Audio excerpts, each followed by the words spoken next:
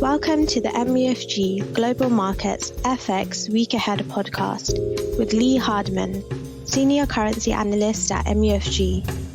It's Friday, 8th September 2023, and joining Lee to pose some questions on the financial market themes for the week ahead is Lin Li, Head of Global Markets Research Asia.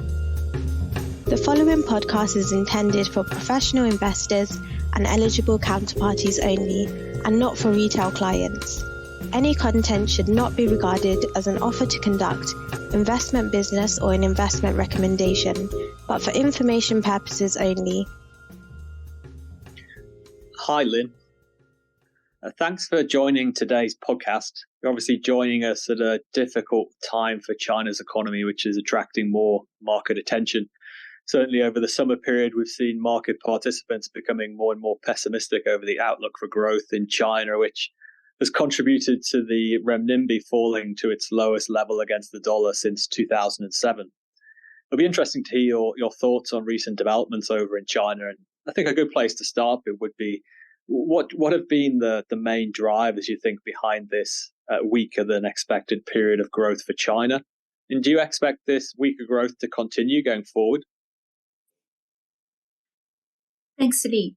The key reason for a weaker than expected growth in China this year so far, I think, is the weak sentiment in China, so which had negatively, affected both consumption and investment. While the zero COVID policy has been removed, but it had left a scar on the Chinese economy through a negative impact on the labor market. So we see apparent reluctance to spend. So that reflected also the weak consumer confidence as well, caused by this 20% plus unemployment rate of the youth. Also, this ongoing stress and problems in the real estate sector, concerns on China's debt issues, all helped to dampen the overall confidence. So look ahead. After broad-based pressure in China's economy, implied by July macro numbers, we began to see some marginal improvement in August. For example, we see the above 50 new orders for the manufacturing PMI in August. So in terms of growth, in short, we expect moderate improvement in Q4 as a result of recent policy stimulus on the real estate sector and the broader economy. Great, thanks, Lynn. And just, would it be possible to give some more kind of details as well on the stimulus measures that have been announced? Like, do you think those are going to be sufficient to turn around investor sentiment towards China? This is a very difficult question, but we have seen quite a few important policies has been rolled out by government lately, including various policy on real estate sector. Also, you can see that PBOC and National Financial Regulatory Commission and China Security Regulatory Commission, they jointly announced on 18th August that the government plans to adjust credit policies for real estate sector. Also, we see recently the tier 1 cities, they announced to execute the guideline of recognizing a house, not a loan. And, the last day of August, PBOC and the State Administration of Financial Supervision issued a notice to reduce interest rate for the stock of the first home mortgage loan. And also they set up a lower limit for the minimum loan down payment ratio policy for the first and second homes. So these policies are quite relevant. I think essentially we have to recognize the importance of the real estate sector to the overall economy. So also the monetary policy is at quite accommodative state.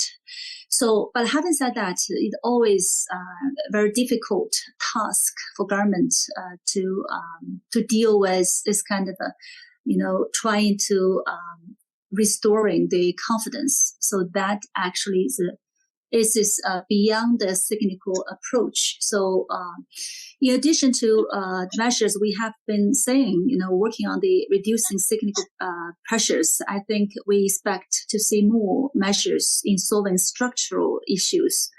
These are also needed to help boost sentiment. Yeah, it's interesting. I think certainly we have seen as well over here in Europe that focuses not just on the kind of cyclical elements of this slowdown in China, but increasingly people are also asking whether this is kind of the start of a kind of bigger kind of structural slowdown as well. Like do you think China could be at the start of like a lost decade, similar to what Japan had in the 1990s? I think on the surface, China's current struggles, such as aging population and deflation and high debt level, especially high debt level for the corporate side, and the lack of demand for spending, also lack of demand for expanding investment for corporate side. So all of this looks very much similar to what Japan experienced in early 1990s. So what happened in Japan during that period, definitely, is that Japan began to do this kind of deleveraging, right, on the debt. So it's called, balance sheet recession. So whether China will repeat that or not, I think still at this stage, I think it still cannot make a conclusion that China will also have a lost decade ahead. I think the main reasons that could be, first of all, China's asset prices didn't really suffer that much, if you compare with what we saw in terms of level of decline that Japan suffered before the happening of the balance sheet recession. Secondly, the desire of repair balance sheets in China is much less strong. Thirdly, and I think that China's large portion of state enterprises in economy can help to avoid the unwanted pace of balance sheet reduction.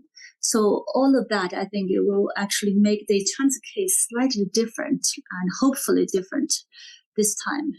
So, but it's a very challenging, again, that solution to that has to come back to, trying to shore up the confidence. So government still have a lot of work to do. Yes, and as we've seen in the FX market, this is certainly playing out in terms of leading to a weaker Chinese renminbi, where we've seen that fall to the lowest level against the dollar since 2007, back in the global financial crisis. And what's your view? Do you think domestic policymakers in China are welcoming this move lower in the renminbi? No, I don't think so. If you look into the fixing, right, CFETS fixing, US dollar CNY fixing. So since I think the near the end of the last month, we have been seeing PBOC has been setting this fixing persistently stronger in terms of CNY against US dollar. So I think that the level of fixing is roughly 1,000 pips lower than Bloomberg surveyed numbers. So definitely that is signified, the intention of government trying to have a stable currency at this stage. Also, government has been utilizing other instruments such as, cutting the foreign exchange reserve ratios by 200 basis points lately. So they are trying to work on that, trying to still pretty much wanting a stable currency, reducing the volatility of CNY US dollar pair. I think that is a policy orientation at the moment. Great. But what do you think could happen in, say, if over the next sort of 3 to 6 months, if domestic demand in China continued to remain weak?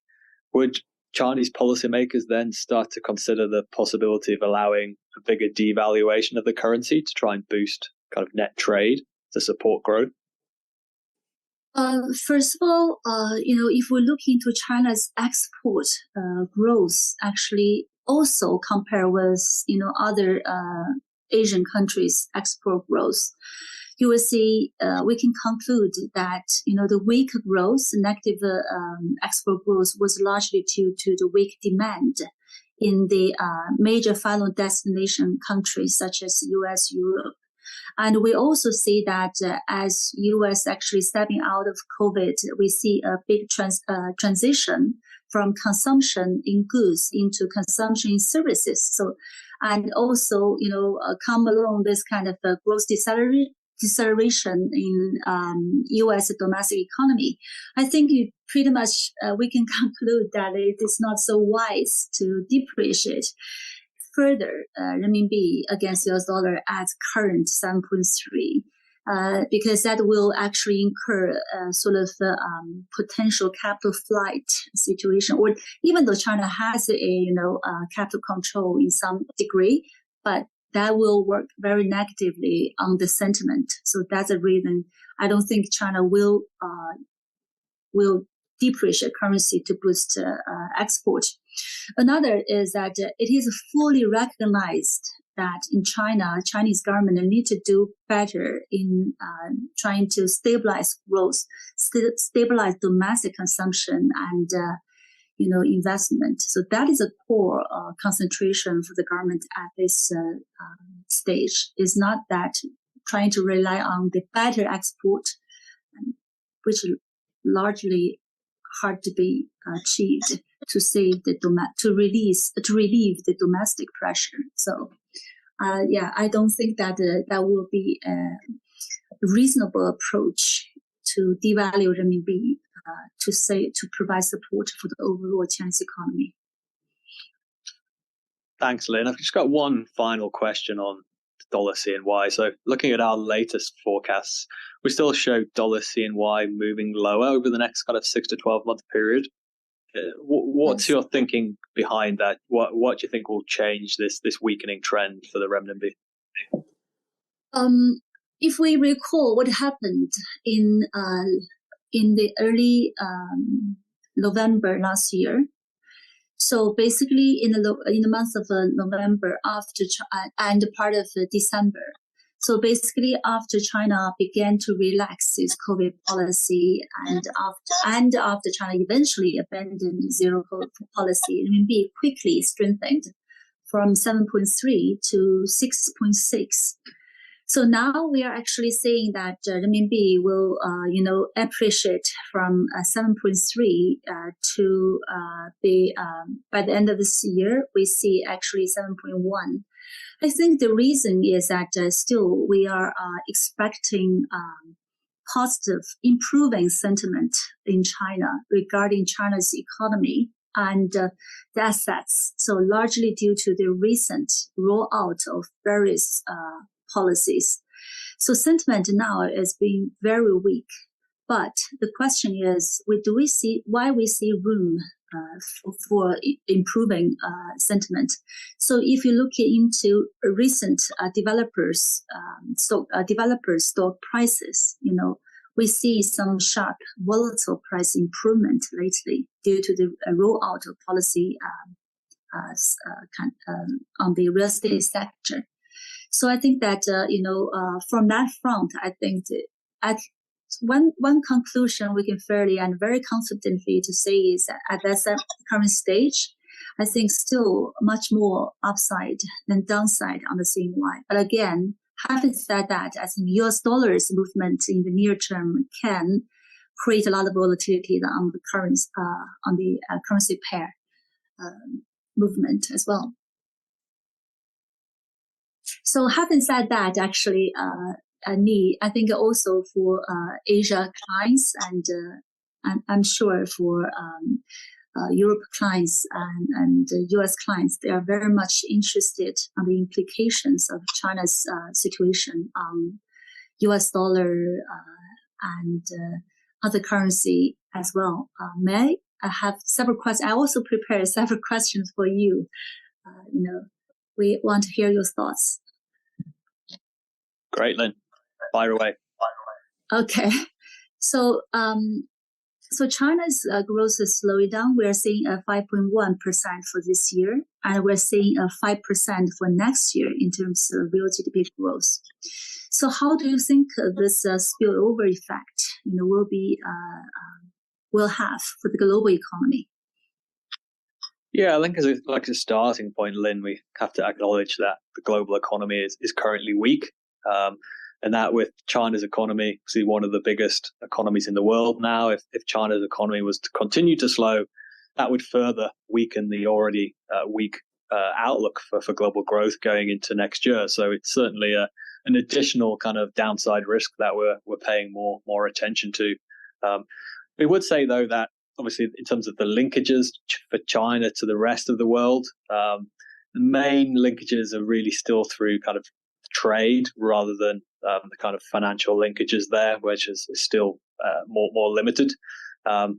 We would say in terms of the trade exposure, it's obviously regions, as you would expect, such as Asia and Europe, which are more exposed to slowing demand in China. In contrast to the US, which is less exposed, so should show more resilience to the China slowdown.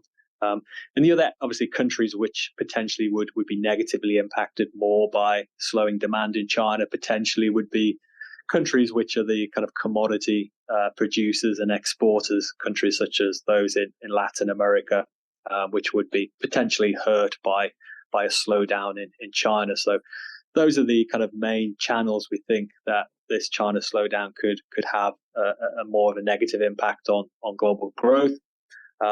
It would say though that at this stage we'd see only kind of modest negative spillovers to major economies. You'd need to see a much sharper slowdown, I think, for it to have a bigger impact on other major economies from here.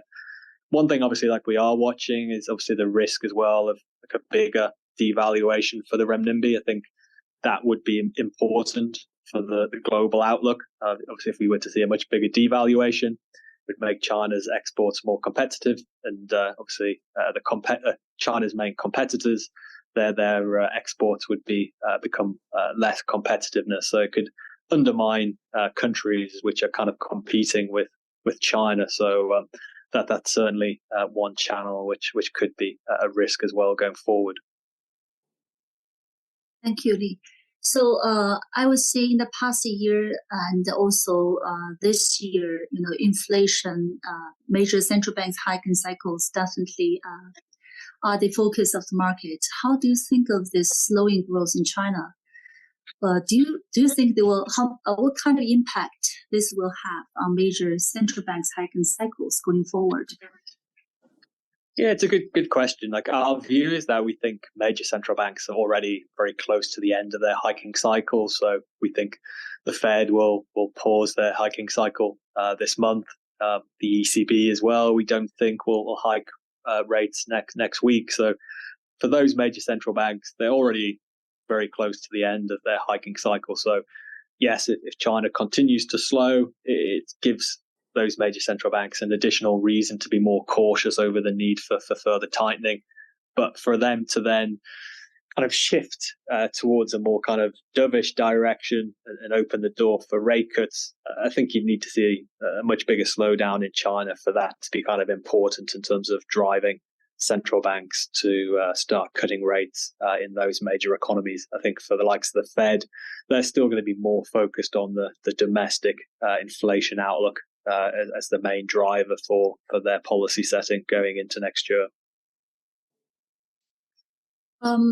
Our core focus, the GMR team in MUFG is FX. So for the developed market, FX market, how has the FX market reacted to the heightened investor concerns over China in general?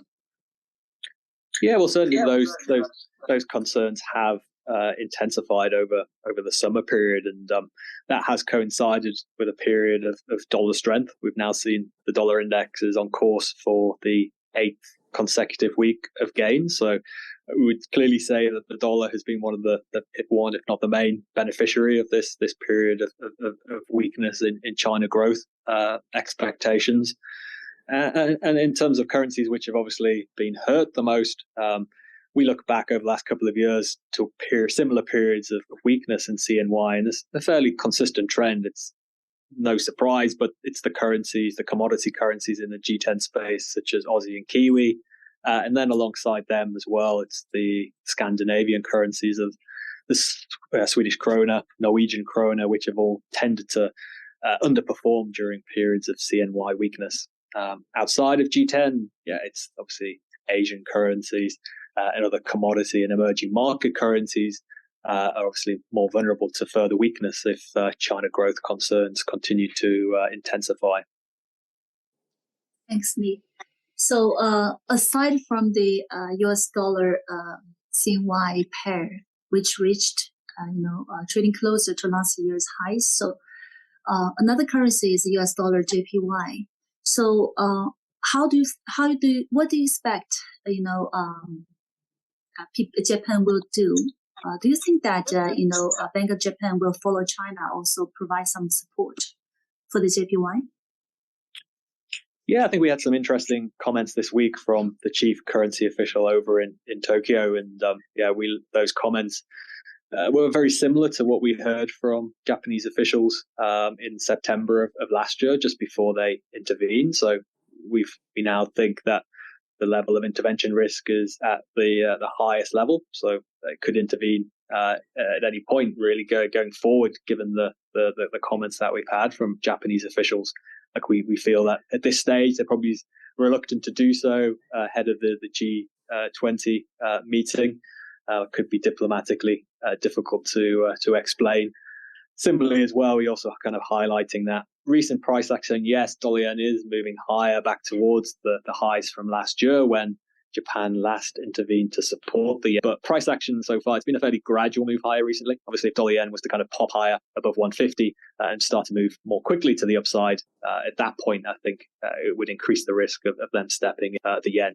So we have to think what are the potential triggers which could make dollar yen start to move more quickly to the upside. Obviously, China potentially could be one trigger. Obviously, if dollar CNY starts to go higher at a faster pace, that could trigger a broader dollar rally and a sell-off in the yen. Obviously, people are looking at Japan's economy as being one of the more kind of exposed to the slowdown in China, and if that reinforces negative sentiment towards the yen in the FX market, then that could be an additional reason to put upward pressure on dollar yen.